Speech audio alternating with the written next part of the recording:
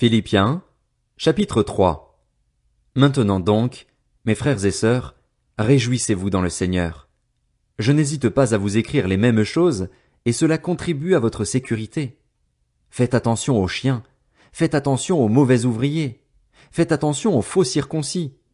En effet, les vrais circoncis, c'est nous, qui rendons notre culte à Dieu par l'Esprit de Dieu, qui plaçons notre fierté en Jésus-Christ et qui ne mettons pas notre confiance dans notre condition. Pourtant, moi-même je pourrais mettre ma confiance dans ma condition. Si quelqu'un croit pouvoir se confier dans sa condition, je le peux plus encore. J'ai été circoncis le 8e jour. Je suis issu du peuple d'Israël, de la tribu de Benjamin, hébreu né d'hébreu. En ce qui concerne la loi, j'étais pharisien. Du point de vue du zèle, j'étais persécuteur de l'Église. Par rapport à la justice de la loi, j'étais irréprochable. Mais ces qualités qui étaient pour moi des gains, je les ai regardées comme une perte à cause de Christ. Et je considère même tout comme une perte à cause du bien suprême qu'est la connaissance de Jésus-Christ mon Seigneur.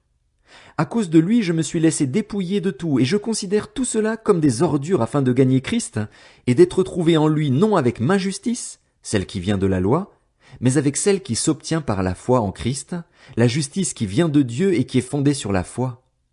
Ainsi je connaîtrai Christ, la puissance de sa résurrection et la communion à ses souffrances en devenant conforme à lui dans sa mort pour parvenir, d'une manière ou d'une autre, à la résurrection des morts. Ce n'est pas que j'ai déjà remporté le prix ou que j'ai déjà atteint la perfection, mais je cours pour tâcher de m'en emparer, puisque de moi aussi, Jésus-Christ s'est emparé. Frères et sœurs, je n'estime pas m'en être moi-même déjà emparé, mais je fais une chose. Oubliant ce qui est derrière et me portant vers ce qui est devant, je cours vers le but pour remporter le prix de l'appel céleste de Dieu en Jésus-Christ. Nous tous donc qui sommes mûrs, adoptons cette attitude et, si vous êtes d'un autre avis sur un point, Dieu vous éclairera aussi là-dessus. Seulement, là où nous en sommes, marchons dans la même direction et vivons en plein accord. Soyez tous mes imitateurs, frères et sœurs, et portez les regards sur ceux qui se conduisent suivant le modèle que vous avez en nous. En effet, beaucoup se conduisent en ennemis de la croix de Christ.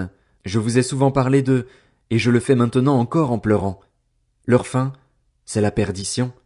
Ils ont pour Dieu leur ventre, ils mettent leur gloire dans ce qui fait leur honte, ils ne pensent qu'aux réalités de ce monde. Quant à nous, notre droit de cité est dans le ciel, d'où nous attendons aussi comme sauveur le Seigneur Jésus-Christ. Il transformera notre corps de misère pour le rendre conforme à son corps glorieux par le pouvoir qu'il a de tout soumettre à son autorité. Philippiens, chapitre 4. C'est pourquoi, mes très chers frères et sœurs que je désire tant revoir, vous qui êtes ma joie et ma couronne, tenez ferme dans le Seigneur, mes bien-aimés. J'encourage Évodie et Syntyche à vivre en plein accord dans le Seigneur. Toi aussi, mon fidèle collègue, je te demande de les aider, elles qui ont combattu pour l'Évangile avec moi ainsi qu'avec Clément et mes autres collaborateurs dont le nom figure dans le livre de vie. Réjouissez-vous toujours dans le Seigneur. Je le répète, réjouissez-vous. Que votre douceur soit connue de tous les hommes. Le Seigneur est proche. Ne vous inquiétez de rien, mais en toute chose faites connaître vos besoins à Dieu par des prières et des supplications, dans une attitude de reconnaissance. Et la paix de Dieu, qui dépasse tout ce que l'on peut comprendre, gardera votre cœur et vos pensées en Jésus-Christ.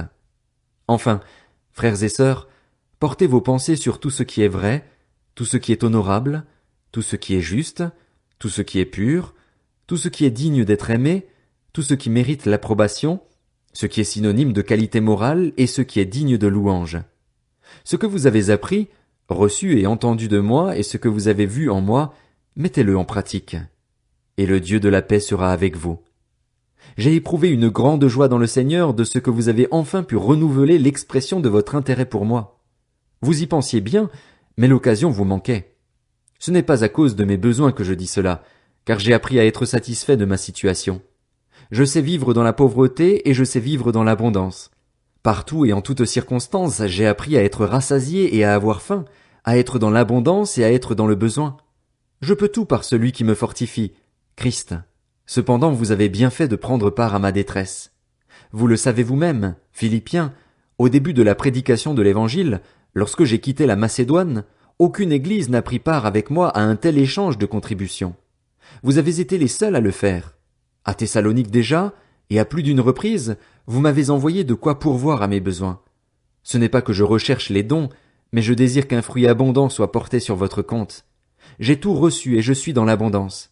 J'ai été comblé en recevant d'Épaphrodite ce que vous m'avez envoyé comme un parfum de bonne odeur, un sacrifice que Dieu accepte et qui lui est agréable. Et mon Dieu pourvoira à tous vos besoins conformément à sa richesse, avec gloire, en Jésus-Christ. À notre Dieu et Père soit la gloire au siècle des siècles. Amen. Saluez chacun des saints en Jésus-Christ. Les frères qui sont avec moi vous saluent. Tous les saints vous saluent, en particulier ceux de l'entourage de l'empereur. Que la grâce du Seigneur Jésus-Christ soit avec vous tous. Colossiens, chapitre 1. De la part de Paul, apôtre de Jésus-Christ par la volonté de Dieu, et du frère Timothée aux saints qui sont à Colosse, nos fidèles frères et sœurs en Christ, que la grâce et la paix vous soient données de la part de Dieu notre Père et du Seigneur Jésus-Christ. Nous disons constamment toute notre reconnaissance à Dieu, le Père de notre Seigneur Jésus-Christ, lorsque nous prions pour vous. En effet, nous avons été informés de votre foi en Jésus-Christ et de l'amour que vous avez pour tous les saints à cause de l'espérance qui vous est réservée au ciel. Cette espérance, vous en avez déjà entendu parler par la parole de la vérité, l'Évangile. Il est parvenu jusqu'à vous tout comme dans le monde entier, où il porte des fruits et progresse. C'est d'ailleurs aussi le cas parmi vous depuis le jour où vous avez entendu et connu la grâce de Dieu dans la vérité, suivant l'enseignement que vous avez reçu d'Épaphras, notre bien-aimé compagnon de service. Il est pour vous un fidèle serviteur de Christ, et il nous a appris de quel amour l'Esprit vous anime. Voilà pourquoi nous aussi, depuis le jour où nous en avons été informés, nous ne cessons de prier Dieu pour vous. Nous demandons que vous soyez remplis de la connaissance de sa volonté, en toute sagesse et intelligence spirituelle, pour marcher d'une manière digne du Seigneur et lui plaire entièrement. Vous aurez pour fruit toutes sortes d'œuvres bonnes et vous progresserez dans la connaissance de Dieu. Vous serez fortifiés à tout point de vue par sa puissance glorieuse pour être toujours et avec joie persévérants et patients, et vous exprimerez votre reconnaissance au Père qui nous a rendus capables de prendre part à l'héritage des saints dans la lumière. Il nous a délivrés de la puissance des ténèbres et nous a transportés dans le royaume de son Fils bien-aimé, en qui nous sommes rachetés, pardonnés de nos péchés. Le Fils est l'image du Dieu invisible, le premier-né de toute la création.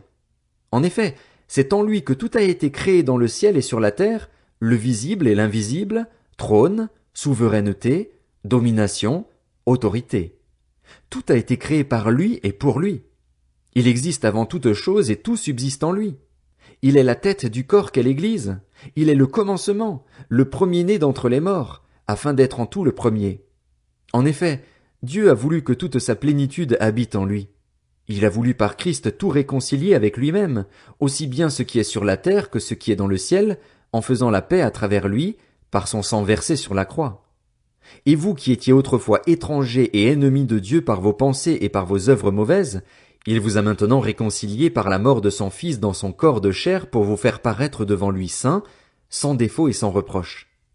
Mais il faut que vous restiez fondés et inébranlables dans la foi, sans vous détourner de l'espérance de l'Évangile que vous avez entendu, qui a été proclamé à toute créature sous le ciel et dont moi, Paul, je suis devenu le serviteur.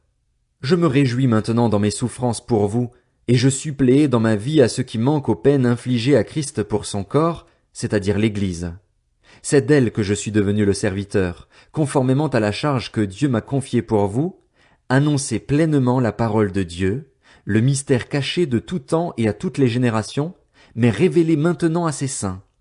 En effet, Dieu a voulu leur faire connaître la glorieuse richesse de ce mystère parmi les non-juifs, c'est-à-dire Christ en vous, l'espérance de la gloire.